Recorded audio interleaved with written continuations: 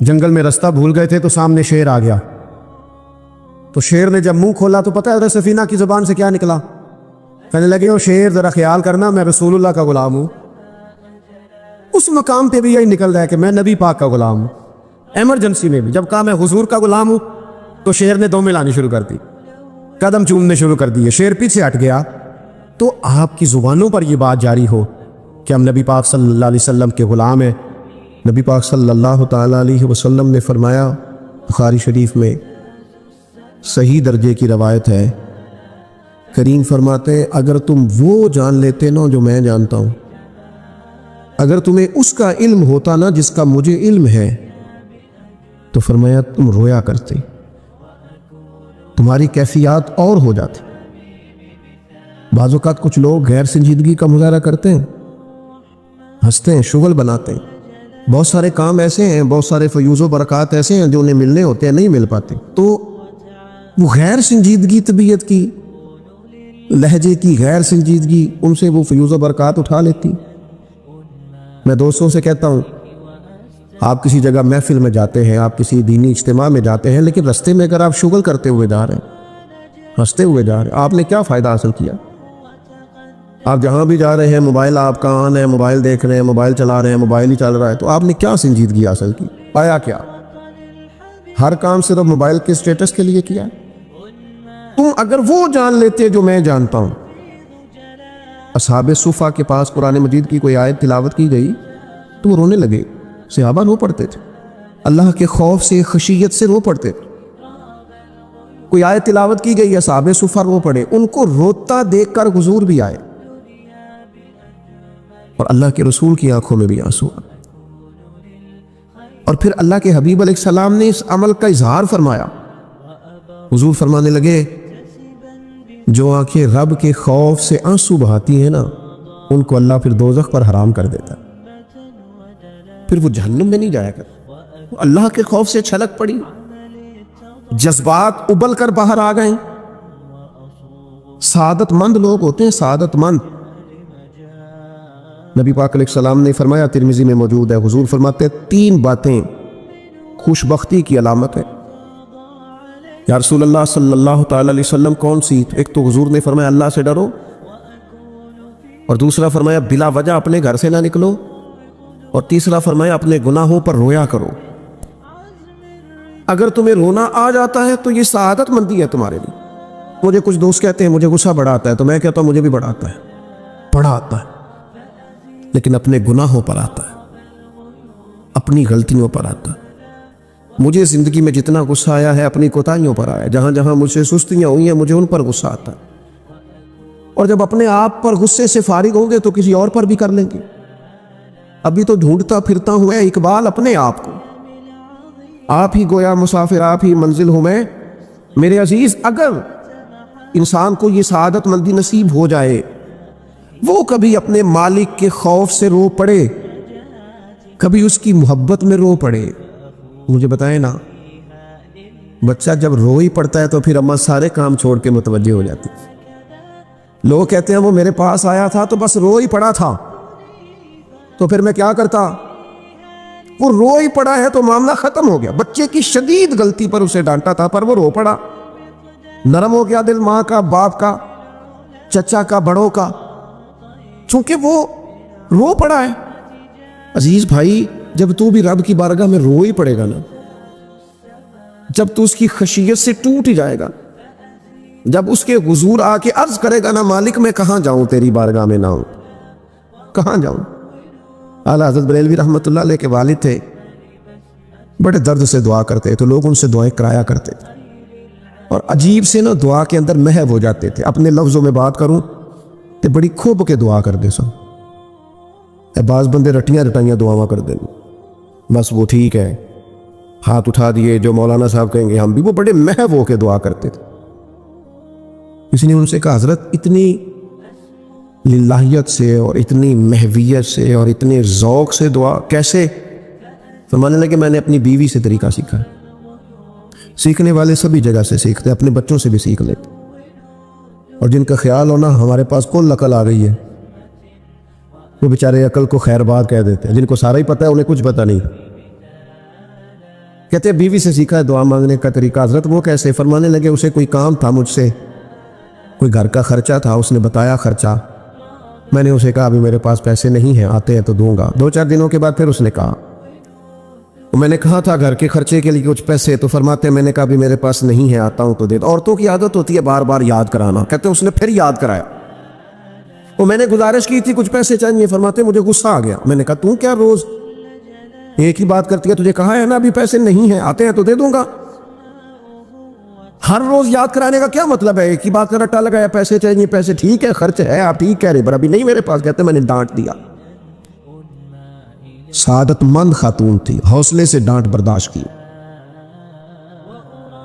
تو کہنے لگی غلطی ہو گئی، مجھے نہیں بار بار کہنا چاہیے تھا، آپ تو ناراض ہی ہو گئے، لیکن ایک بات یہ کہنی تھی کہ آپ ہی میرے شوہر ہیں، میں آپ سے نہ کہوں تو پھر کس سے جا کے کہوں؟ آپ سے کہنا ہے نا، میرے آپ ہے نا میرے سر کے تاج، تو کس سے اور کہوں؟ میں اور کسی سے کہوں؟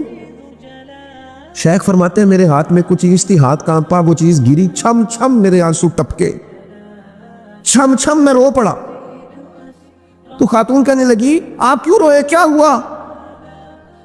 تو فرمانے لگے مجھے تو رب سے مانگنے کا طریقہ تو نہیں سکھا دی، جب میں اس کی بارگاہ میں عرض کروں گا نا مالک بڑے دروازوں پہ گیا ہوں کوئی نہیں میری سنتا، بڑے درد کے ساتھ میں نے کہا ہے پر فریاد کو کوئی نہیں پہنچا، اے اللہ تو ہی میرا رب ہے، پھر تجھے نہ کہوں تو کس کی بارگاہ میں جا کے کہوں؟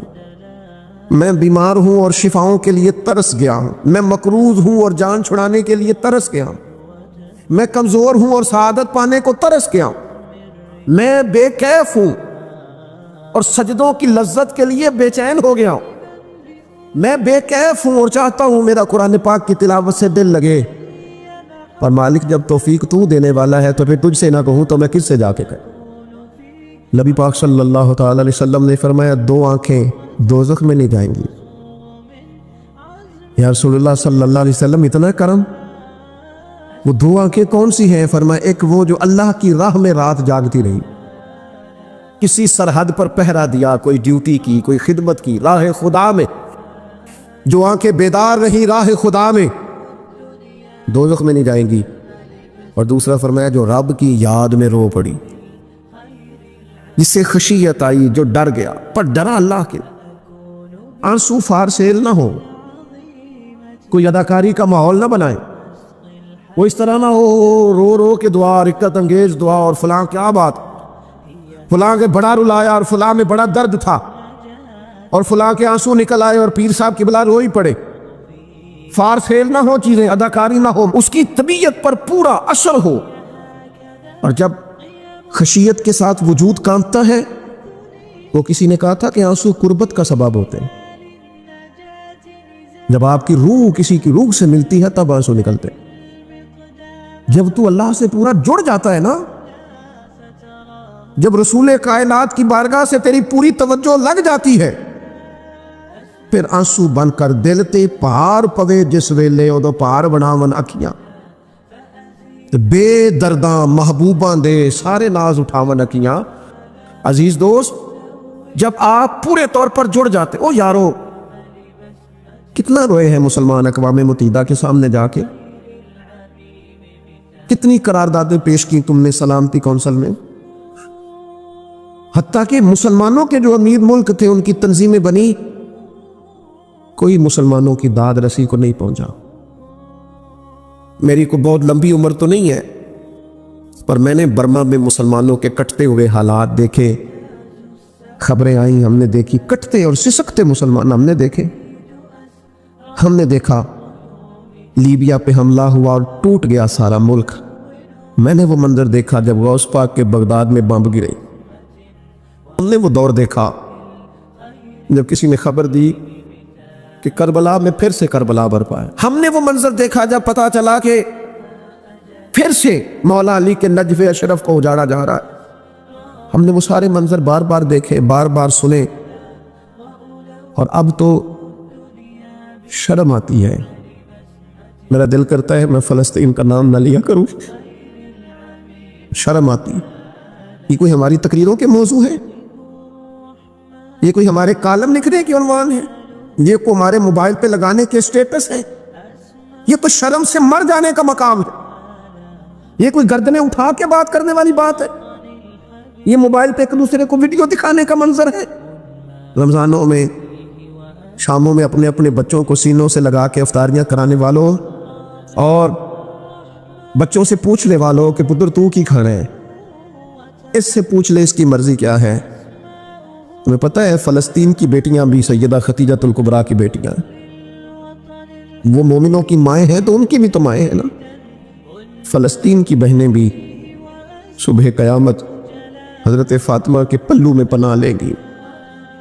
نبی پاک صلی اللہ تعالی علیہ وسلم نے فرمایا من اذا مسلمن فقد اذانی۔ میں کیسے وہ بات آپ کے دلوں تک اتاروں کہ حضور نے فرمایا جب میرے مسلمان کو تکلیف ہوتی ہے تو مجھے تکلیف ہوتی ہے، مجھے درد ہوتا ہے۔ اس رسول کی امت جو کافروں کی رسیاں زور سے باندھی جائیں تو حضور فرمائیں ڈھیلی کر دو۔ یہ ہائے ہائے کرتے ہو تو مجھے نیند نہیں آتی۔ اگر بدر میں قیدی بنا کے لایا گیا کافر ہائے ہائے کرے تو حضور کو نیند نہیں آتی، تو مجھے بتاؤ کہ فلسطین کی بیٹیاں ہائے ہائے کرتی ہیں تو گنبد خضرا میں محبوب کو آرام ہے؟ میرے عزیز، بے حسی کی زندگی، چھوٹے موٹے بیانات، تو بھی کہہ دے تو بھی کہہ دے، تھوڑا سا فلانے کا بیان نہیں آیا، کیا کرنا ہے بیان دے کے؟ کیا بات کرنی ہے تذکرہ کر کے؟ دوستو آؤ، رو کے دیکھ لیا ساری دنیا کے سامنے، کچھ رب کے سامنے رو کے نہ دیکھ لیں؟ اب اسے کہے نا، اب حضور کی بارگاہ میں عرض کر کے نہ دیکھ لے کہ تجھ سے فریاد ہے اے گنبد خضرا والے، اب کعبے والوں کو ستاتے ہیں کلیسا والے، اور کی اگر تو نے دل مسلم کی دل جوئی نہیں پھر ہمیں تانا دیں گے بت کے مسلم کا خدا کوئی نہیں۔ اب اللہ رسول کی بارگاہ کی طرف رجوع نہ کر لیں، اب چھوڑ نہ دیں سیاستدانوں کے گلے، اب چھوڑ نہ دیں دنیا اقوام متحدہ کی بات اور سلامتی کونسل کی بات، اب اپنے اللہ کی جانب رجوع نہ کریں۔ دیکھو نا، نبی پاک صلی اللہ تعالی علیہ وسلم نے ہمیں فرمایا تمہارے آنسو قدر والے ہیں، رب رسول کی بارگاہ میں بہانا، ان کو ضائع نہ کرنا۔ عزیز بھائیو، عجیب بات ہے نا، حضور فرماتے ہیں احسان جتلانے والا جنت میں نہیں جائے گا، یعنی نیکی کر کے دوزخ خرید لی، احسان کر کے خرچ کر کے اپنے لیے جہنم کٹھی کر لی۔ کیوں؟ احسان جتلایا، اس نے بتلایا ہے۔ یوں تو ہر ایک کو شیطان سے ڈر لگتا ہے، اور مجھ کو اس دور کے انسان سے ڈر لگتا ہے، اور جس کی ہر بات میں پوشیدہ ہو نشتر کی چبھن۔ شاعر کا تخیل دیکھیے، نشتر کی چبھن، جس کی ہر بات میں پوشیدہ ہو نشتر کی چبھن، ایسے ہر صاحب احسان سے ڈر لگتا ہے۔ اس طرح کے احسان کرنے والوں سے خوف آتا ہے کہ اللہ بچا ان سے۔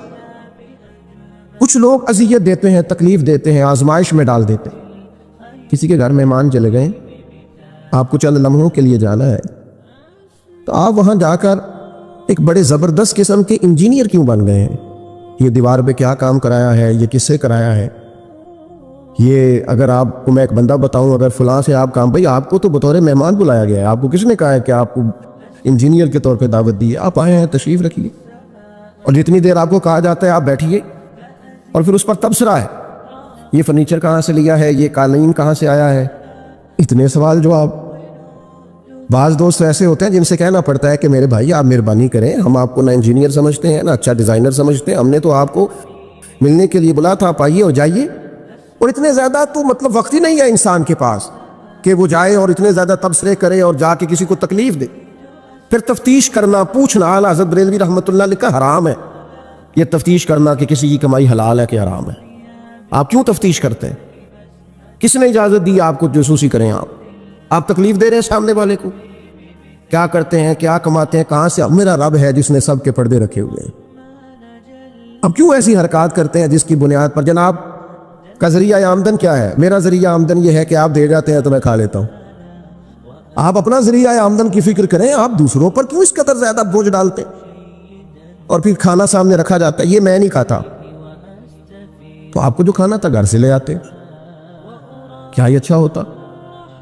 یہ میں ایک زمانہ ہو گیا جی میں نے یہ نہیں کبھی کھایا، تو کیا کھاتے ہیں آپ؟ مجھے سالوں بیت گئے ہیں سفر کرتے ہوئے، اور میرے ساتھ پوری پوری جماعت میں سفر کیا ہے، ہفتوں میں گھر سے باہر رہا ہوں، کوئی ایک شخص نہیں، ایسا تو نہیں کہ ساری چیزیں طبیعت کو پسند ہوتی ہیں، لیکن کوئی ایک شخص نہیں بتا سکتا کہ کبھی میں نے کہا ہو یہ مجھے پسند نہیں، میں نے نہیں کھانا لے گیا، یہ میری طبیعت نہیں۔ کیوں؟ میں ایک دفعہ اپنے حضرت صاحب کے ساتھ تھا، ایک جگہ پہ کھانا آیا تو میں نے گھر والوں سے کہا نمک دیجئے گا ذرا، تو صاحب فرمانے لگے بیٹا آپ نے وہ حدیث نہیں پڑھی کہ حضور نے فرمایا کھانا پسند نہ ہو تو چھوڑ دو لیکن عیب نہ نکالو؟ فرمایا کس موسم کے اندر انہوں نے کھانا پکایا ہے اور تم نے انہیں یہ کہہ دیا تمہیں نمک ہی نہیں ڈالنا آتا؟ فرمایا ان کے گھر کا ذائقہ ہے، وہ کم کھاتے ہو، تم تھوڑا زیادہ کھاتے ہوگے نمک، بعض لوگ ذرا کم کھاتے ہیں، بات تم نے یہ کس طرح کی حرکت کی ہے؟ وہ بیچارے جا کے پہلے وہ ڈانٹے گا کہ تم نے نمک ہی نہیں صحیح ڈالا، وہ نمک مانگ رہے ہیں، کیا ضرورت تھی؟ تھوڑا سا حضرت سلمان فارسی رضی اللہ تعالیٰ عنہ کے گھر میں مہمان آ گئے، آپ نے کھانا رکھا تو وہ صاحب کہنے لگے کبھی پودینے کی چٹنی ہو جاتی نا، تو اب ان کے پاس پیسے نہیں تھے، ان کا لوٹا تھا ان کے پاس پیتل کا یا لوہے کا، لے جا کے گروی رکھا کسی کے ہاں، جو وضو کے لیے رکھا ہوا تھا جناب سلمان فارسی نے، پھر وہ لوٹا گروی رکھ کے پیسے لائے، اس کا پودینہ خریدا اور لا کے مہمان کو دیا، تو مہمان کہنے لگا جی اللہ کا شکر ہے ہم قناعت پسند ہیں، جو مل جائے کھا لیتے ہیں۔ یعنی ایک تو یہ کہ پہلے فرمائش کر دی اور اس کے بعد نیک بننے کا ڈھونگ بھی رچایا۔ بھی کچھ لوگوں کا طریقہ ہوتا ہے وہ سارا کچھ کرنے کے بعد نا، یعنی 2.25 گھنٹے غیبتیں کرنے کے بعد کہنے چلو سانوں کی لگے، بھئی آپ 15 منٹ ہی رہ گئے تھے، 2 گھنٹے پورے ہونے لگے تھے، ساری تو کر لی آپ نے، اب پیچھے بچا کیا ہے؟ تو وہ کہنے لگے رہی میں قناعت پسند ہوں، جو مل جائے کھا لیتا ہوں۔ تو حضرت سلمان فارسی ناراض ہوئے، جلال میں آ فرمانے لگے اگر تم قناعت پسند ہوتے تو میرا وضو کا لوٹا آج گروی نہ پڑا ہوتا، تم قناعت پسند ہو اوپر سے جھوٹ بولتے ہو۔ لیکن تکلیف دینا، اذیت پہنچانا، ذہنی طور پر کسی کو ٹارچر کرنا، میری اب کبھی طبیعت خراب ہو جاتی ہے نا جی، تو چونکہ محبت کرنے والوں کی لسٹ لمبی ہے، طبیعت خراب ہو جاتی ہے تو میں بتاتا نہیں، کتنے دن خبر نہیں ہوتی، میری خواہش ہوتی ہے، پچھلے دنوں بھی ایک پورا دن ہاسپٹل میں گزارنا پڑا، میں نے بتایا نہیں، افواہ تھی کہ میری طبیعت خراب ہے، لوگوں نے پوچھ کر بیمار کر دیا، نئے سرے سے بتانا پڑتا ہے ہویا کی سی، اور پھر کچھ تو اتنے خاص محبت کرنے والے ہوتے ہیں کہ انہیں پوری ڈیٹیل چاہیے ہوتی ہے پس منظر سمیت۔ آپ حضور علیہ الصلوۃ والسلام نے فرمایا بہترین عیادت وہ ہے جو جلدی ہو، نہیں تھوڑی دیر کے لیے مریض کے پاس جائیں، یہ بہقی میں حدیث موجود ہے، بہترین عیادت، بہترین تیمارداری وہ ہے جو جلدی ہو، فٹافٹ آپ آئیں، تھوڑی دیر بیٹھیں اور چلے جائیں۔ اتنی تفصیلات، پھر ساتھ نسخہ جات، پھر یا کچھ لوگ تو ایسے ہوتے ہیں جو اتنا ڈرا جاتے ہیں بیمار آدمی کو کہ وہ جلدی فوت ہونے والا ہو جاتا ہے، اس کہتے ہیں فلانے کو بھی یہ مرض تھا بیچارہ، 4 بچے فوت ہو گیا۔ آپ کو تو کہا تھا تسلی دیتے، مریض سے دعا کراتے، پھر ضد کریں گے، اصرار کریں گے، یہ کھا لیں، کھائیں گے تو اٹھیں گے، تھوڑا سا تو لیں۔ اللہ کے بندے، نبی کریم علیہ السلام نے فرمایا بیمار سے ضد نہ کرو، اسے اللہ کھلا پلا دیا کرتا ہے۔ تم ضد کر رہے ہو، اصرار کر رہے ہو، تکلیف دے رہے ہو، اذیت پہنچائی جاتی ہے۔ بڑے درویش آدمی تھے حضرت سری سختی، کبھی کسی سے سخت جملہ نہیں کہا۔ آپ بیمار تھے، ایک صاحب تیمارداری کرنے آ گئے، آپ کا خیال تھا کہ وہ ہو گئی تیمارداری، وہ جائیں، کئی لوگ ان کے بعد آئے چلے گئے لیکن بیٹھے ہوئے ہیں، جا ہی نہیں رہے۔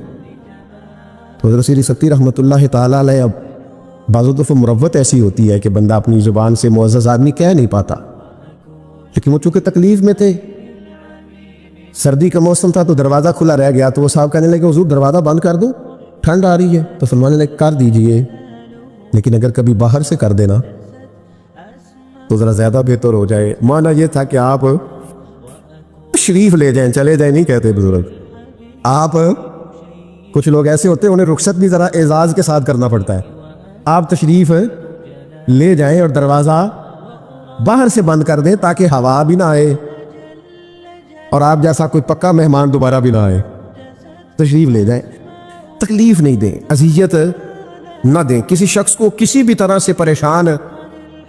ایک ہمارے ہاں اور بڑا مسئلہ ہے، میں تو مذاق کر رہا تھا، مذاق کیا ہوتا ہے؟ مذاق تو جاہلوں کا کام ہے۔ یہ موسیٰ علیہ السلام کی قوم نے کہا کہ ایک شخص کا انتقال ہو گیا ہے تو ہمیں بتایا جائے کہ اس نے قتل کیا ہے، تو جناب موسیٰ علیہ السلام نے فرمایا گائے ذبح کرو۔ تو ان لوگوں نے کہا آپ ہم سے مذاق کرتے ہیں، اتتخذون ہزوا، آپ ہم سے مذاق کرتے ہیں؟ تو فرمایا اعوذ باللہ ان اکون من الجاہلین، میں اللہ کی پناہ چاہتا ہوں کہ میں جاہلوں میں سے ہو جاؤں۔ مذاق کرنے کو جناب موسیٰ نے قرآن مجید کا پہلا پارہ کہتا ہے جاہلوں کا کام کہا ہے۔ مذاق ٹھیک ہے، دل لگی ٹھیک ہے، یعنی آپ خوش طبی کریں۔ مذاق تو کسی کے عیب کا ہوتا ہے، تیری آنکھ کس طرح کی ہے، تیری ناک چپٹی ہے، یہ مذاق ہوتا ہے۔ کسی کے رنگ کو لے کر، کسی کے قد کو لے کر، کسی کی توتلی زبان کو لے کر، یہ جاہلوں کی علامت۔ آپ دل لگی کریں، حضور بھی دل لگی فرماتے، مسکراتے دل لگی کریں، اس میں کسی کو تکلیف نہیں ہوتی، کسی کا عیب نہیں اچھلتا، کوئی بات ایسی خوشی کی آپ اس پہ خوش ہو جائیں۔ لیکن آپ یہ جو رویے ہمارے ہاں پائے جاتے ہیں، یہ مذاق ہے، اور مذاق شریعت میں جاہلوں کی علامت ہے۔ حضور فرماتے ہیں قیامت والے دن وہ لوگ جو لوگوں کا مذاق اڑاتے تھے، تکلیف دیتے تھے، قیامت والے دن ان کے ساتھ یہ معاملہ ہوگا کہ جنت کا دروازہ ان کے لیے کھولا جائے گا، پھر بند کر دیا جائے گا، پھر کھولا جائے گا، پھر بند کر دیا جائے گا، پھر کھولا جائے گا، اور پھر دوبارہ وہ کہیں گے یہ کیا ہو رہا ہے؟ تو انہیں کہا جائے گا تمہارے اس مذاق کی تمہیں سزا دی جا رہی ہے جو دنیا میں تم اللہ کے بندوں کے ساتھ کرتے تھے۔ تکلیف دیتے ہیں لوگ۔ یہ کچھ سال پہلے کی بات ہے، آپ کو پتہ ہے ہمارے ہاں کیپرل فول بھی منایا جاتا ہے، جھوٹ بولنے کا دن موز۔ تو ایک صاحب تھے بیچارے ہارٹ پیشنٹ، یہ پنجاب کا ہی واقعہ ہے، تو ان کو فون کر دیا کہ تمہارا بھائی ایکسیڈنٹ میں فوت ہو گیا ہے، کسی نے مذاق کیا۔ تو بیچارے ہارٹ پیشنٹ تھے، خبر سن کے ان کو پھر ہارٹ اٹیک ہوا، اللہ کو پیارے ہو، اور بعد میں پتہ چلا کہ کسی نے مذاق کیا، بھائی تو بالکل ٹھیک ٹھاک، آپ کے ایک مذاق نے کسی کی جان لے لی، گھر اجڑ گیا، عورت بیوہ ہو گئی، بچے یتیم ہو گئے، اور آپ مذاق کر رہے تھے، تکلیف دے رہے تھے، آپ آزمائش میں مبتلا کر رہے تھے۔ میں نے ایسے طلباء کو دیکھا ہے کالج میں، مدرسے میں، یونیورسٹی میں، اسکول میں، جو بیچارے کسی وجہ سے کمزور تھے، کوئی ایسا معاملہ تھا، ان کا اتنا مذاق اڑایا گیا کہ وہ بیچارے تعلیم چھوڑ کے چلے گئے، گزارا نہیں ہو سکتا یہاں۔ ہر آدمی مذاق اڑا رہا، اور بعض لوگوں کی غربت کا مذاق اڑایا جاتا ہے، ان کو کھاتا ہوا دیکھ کے مذاق کرنا، ان کا لباس دیکھ کے مذاق کرنا، ان کی سادہ پرانی اور دیسی گفتگو سن کے مذاق اڑانا۔ نتیجہ یہ نکلتا ہے کہ مایوس ہو جاتے ہیں لوگ، پریشان ہو جاتے ہیں۔ ایسا نہیں کریں، یہ تکلیف نہ دیں کسی مسلمان، اذیت میں مبتلا نہ کریں، ذہنی طور پر ٹارچر نہ کریں، آپ کوئی ایسا کام نہ کریں جس سے بار بار آزمائش ہو۔ کچھ لوگ زندگی میں گناہ کرتے ہیں، اللہ معاف کرے، غلطیاں ہو جاتی ہیں، پھر وہ لوگ توبہ کر لیتے ہیں، اور یہ توبہ اللہ کو اتنی پسند ہے کہ حضور فرماتے ہیں کسی کا اونٹ مال سمیت غائب ہو جائے اور وہ شخص ڈھونڈ ڈھونڈ کے تھک جائے اور مایوس ہو جائے، اور پھر وہ اونٹ اسے مل جائے، اسے اتنی خوشی نہیں ہوتی جتنی بندہ مومن کی توبہ پر رب کریم کو خوشی ہوتی ہے۔ کتنا بڑا انعام ہے۔ حضور فرماتے ہیں ہر شخص خطا کار ہے، پر بہترین خطا کار وہ ہے جو توبہ کرتا ہے خطا کار پر بہترین خطا کار۔ کیا بات ہے اس کی خطا کی، جو خطا کرتے ہی رو پڑا ہے، اللہ کے حضور توبہ کر رہا ہے۔ لیکن لوگ مذاق اڑاتے ہیں لوگوں کے گناہوں کا، وہ توبہ کر چکے ہیں، وہ چھوڑ چکے ہیں، وہ اس راہ سے ہٹ چکے، لیکن مذاق کرنا، مذاق اڑانا، تکلیف دینا، اذیت میں مبتلا کرنا۔ حضور علیہ الصلوۃ والسلام نے فرمایا کسی شخص سے کبھی کوئی گناہ کیا، پھر اس نے توبہ کر لی، فرمایا جس نے دوبارہ اسے اس کا گناہ یاد کرایا، اللہ یاد کرانے والے کو سزا دے گا، مرنے سے پہلے پہلے یہ اس گناہ کے اندر مبتلا ہو جائے۔ مسلم شریف میں موجود، اس کو سزا ملے، ٹارچر نہیں کریں، تکلیف نہیں دیں، ذہنی طور پر لوگوں کو اذیت میں مبتلا نہ کریں۔ اور پھر رشتے دیکھے جاتے ہیں ہمارے یہاں، تو اس قدر زیادہ مطلب آزمائش میں لوگوں کو مبتلا کر دیا جاتا ہے، اس قدر زیادہ آزمائش میں ہمارا چونکہ دیہاتوں سے تعلق ہے، تو پرانی خواتین کبھی جاتی تھی نا رشتہ دیکھنے کے لیے بیٹے کا، ان سے کہا جاتا تھا کہ آپ کو وہاں رشتہ نہیں کرنا، تو کہتی تھی نہیں ہم نے نہیں کرنا، تو کہتے تھے بھئی آپ بتائیں کیا وجہ ہے، تو وہ کہتی تھی وجہ کوئی نہیں بتانی، اس لیے کہ میرے گھر میں بھی بیٹیاں ہیں، میں کوئی وجہ نہیں بیان کروں گی، میں کسی کی بیٹی کا عیب کیسے بیان کروں۔ لیکن میں نے اخبار میں اس بیٹی کا تذکرہ بھی پڑھا جو پچھلے 2.5 سالوں سے اس لیے مینٹل ہاسپٹل میں زیر علاج ہے کہ کوئی 50 سے زیادہ لوگ رشتہ دیکھنے آئے، کسی نے کہا ذرا چل کے دکھاؤ، تو کسی نے کہا ذرا بول کے دکھاؤ، تو کسی نے کہا کہ اگر قد 2 انچ بڑا ہوتا۔ اتنی تکلیف، اتنی اذیت، اور اس دین کے ماننے والے جو دین ہمیں سبق دیتا ہے کہ بیٹیاں اور بہنیں ہوتی برابر ہیں، وہاں یہ رویہ ہمارا، اور زیادہ تر ان لوگوں کا معاملہ جن کے پاس نیا نیا پیسہ آیا, نئی نئی دولت آئی, اب ان کو سمجھ نہیں آ رہی کہ وہ کیسے اپنے آپ کو زمین سے اٹھا کے آسمان تک لے جائے. خدا کے بندو, اس طرح کی اذیت, اس طرح کی تکلیف, اس طرح کا لہجہ جس سے سامنے والا نفسیاتی بوجھ کے نیچے دب جائے, یہ بندہ مومن کی شان نہیں ہے. کبھی بھی ایسا نہ کریں, اجلی اجلی سونی سونی صاف ستھری بات کریں. مومن کی شان یہ ہے کہ سب کچھ ہو سکتا ہے, پر مومن جھوٹا نہیں ہوا کرتا, وہ بددیانت نہیں ہوتا, وہ کسی کو تکلیف نہیں دیتا, اذیت نہ دے, پریشان نہ کرے. گھنٹوں بیل بجا رہا ہے گلی سے گزرنے والا آدمی, لیکن صاحب گاڑی لگا کے چلے گئے, انہیں پتہ ہے دوسری گاڑی نہیں گزرے گی, لیکن وہ اذیت دے رہے ہیں. ایک چور اوپر سے سینہ زور, اگر وہ باہر نکلے ہیں کہ آپ کو جانا ہے اور سامنے گاڑی لگی ہوئی ہے تو وہ نکل کے کہتے ہیں کوئی آگ بجھانی ہے آپ نے, جا کے فائر بریگیڈ کی گاڑی پہ بیٹھے. نہیں جناب, آگ نہیں بجھانی, لہذا آپ آرام کریں, لگی رہنے دیں گاڑی. پتہ ہے آپ کو نبی پاک علیہ السلام نے رستے بند کرنے سے منع فرمایا, رستوں کے نشان مٹانے والوں پر لعنت فرمائی. جہاں جہاں لکھا ہوتا ہے نا لاہور اتنے کلومیٹر دور ہے, وہاں اشتہار لگا جاتے ہیں لوگ. آپ کو پتہ ہے یہاں اشتہار لگانا منع ہے, رستوں کے نشان مٹانے والے کو ملعون کا ہے حضور. تکلیف دے رہے اللہ کے بندوں کو, آزمائش میں ڈال رکھا ہے. اللہ تعالیٰ مجھے اور آپ کو عمل کی توفیق عطا فرمائے.